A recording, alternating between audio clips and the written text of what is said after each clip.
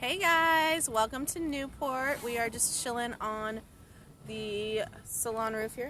There's the salon. There's Dan, say hi. And we were hanging out over there on Goat Island with Shay and Clay at the Guernsey Resort and Hotel Bar, but a big storm cell came up and we were a little bit worried about, not necessarily about dragging anchor here, but we're just really close to a lot of boats. And with our big old booty, we didn't want to accidentally swing into our friends here on this cat we just met a couple days ago. They're super nice, but we've also got a lot of smaller boats this way. And as you can see, lots of boats all around us in every direction. So just be safe. We came back over here. The kids are enjoying candy and Xbox time, which I'm probably going to regret at bedtime. And we were just watching a few little small boats sail around the marina. We got these little guys right here that were having fun, and watching all of the sunset cruises on the little historical sloop boats come in, and enjoying the scenes here in Newport. This is our second to last day, so we were supposed to haul the boat on Sunday, and then we finally got an answer from the boatyard that no, it's not Sunday, it's Monday morning, which is a little frustrating because we are leaving, our flight leaves at 6:30 a.m. on Monday to go to Texas. So we are actually not going to be there for the haul out, which is a little nerve-wracking for me. Dan's okay with it. He says this is what they do all day, every day. They're a boatyard.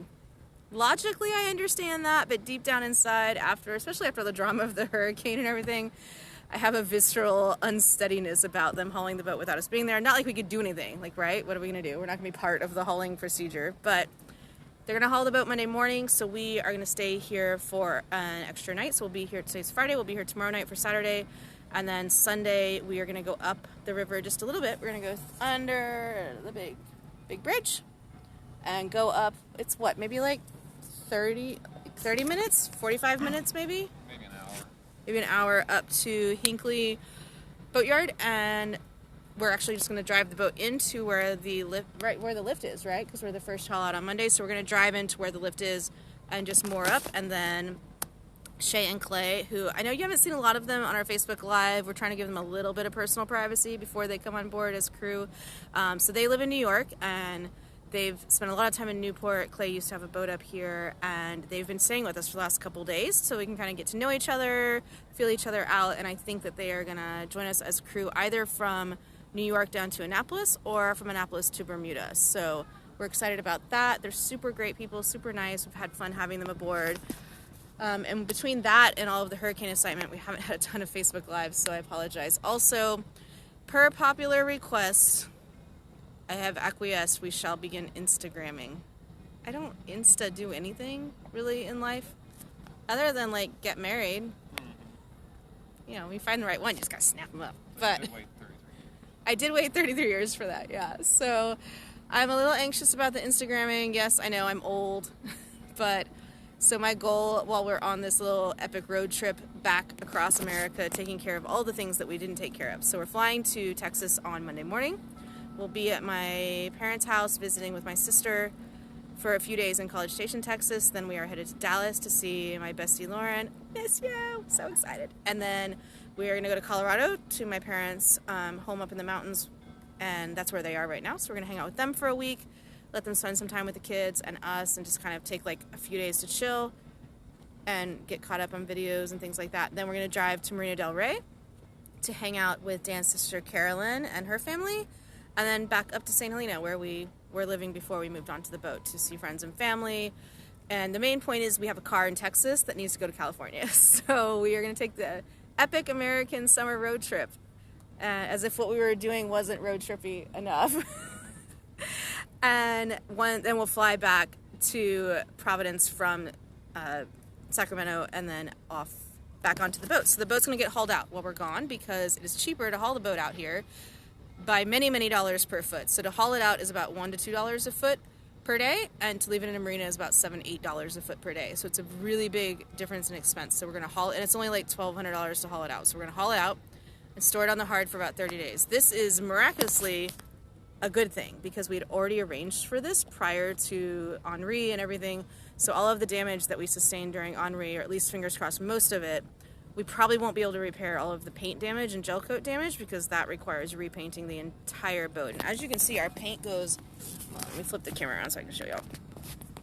Our paint goes up and over the tow rail, which means the paint goes all the way to here, which means they have to mask off the entire top deck. Everything has to be masked off in order for them to paint the boat. That's a lot of work. It's a lot of work. And they have to do it multiple times, once for the primer, once for the first coat. It's a lot of work, and we probably won't be able to get it done in the time allotted, but we should be able to fix the fair leads, the front cleats. We obviously will need to get new dock lines, which actually I think we have to do that tomorrow, actually. Go to West Marine and get dock lines, because I just realized we can't dock at Hinckley to haul the boat because we don't have any dock lines. So tomorrow will be the great West Marine trip. Luckily, Shay and Clay, who are staying with us, have a car that we can use to go to West Marine and buy all new dock lines. So I'll be sure to Facebook Live some of that for y'all, so you can all just like pass out with us when we get the grand total of what new dock lines are gonna cost. Yay! So excited. And I think we are actually planning on getting bigger dock lines than what we had before. Not as massive as the massive line that saved us from Hurricane Henri, but definitely a little bit bigger than what we had. And yeah, that's gonna be fun. Just realized that. You see the panic in my face a little bit? No. It'll be fine. We'll get it taken care of tomorrow. And yeah, so what else? Other damage. The sat pole that got ripped off by one of the lines is hopefully going to be able to be restored. So on the sat pole is our satellite. Oh, yes. So around sunset here, different places start setting off cannons, which is really fun.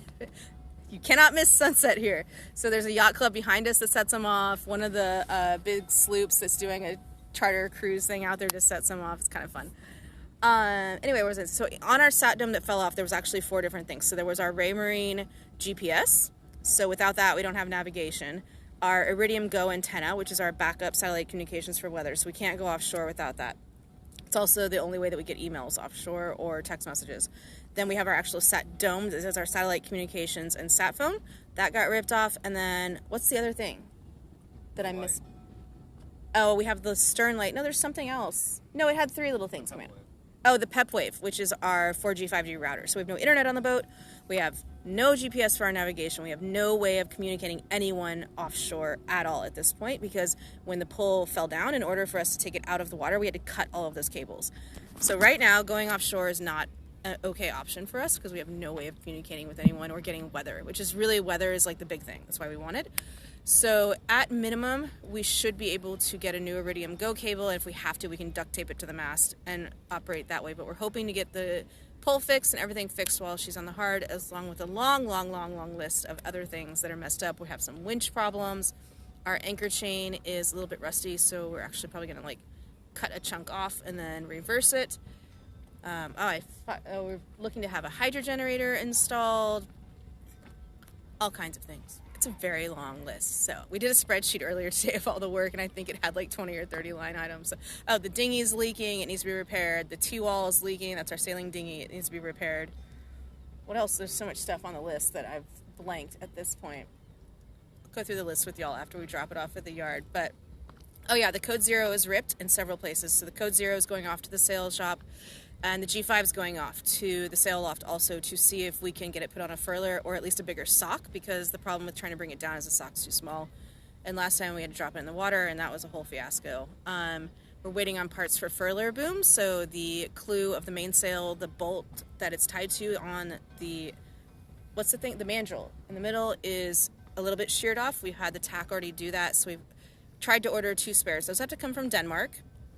We're not sure if they'll come in time. And then we're also looking at putting the fair lead that was damaged in the back, and then also the whole push pit was all bent in. So trying to see if they can repair it. If not, we might have to live with it for a while, because it's a whole giant, it's like a 3-stanchion giant metal piece. It's not just like one little individual stanchion, but a whole bunch of different moving parts that we're getting looked at while we're here on the hard. And the whole time we will be zooming about the country in different places, trying to oversee it from afar, so that's going to be fun.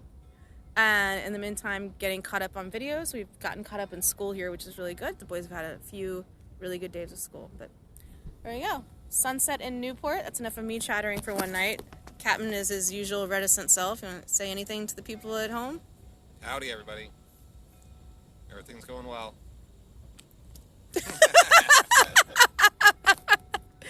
Oh my I goodness. think she said enough. Hey!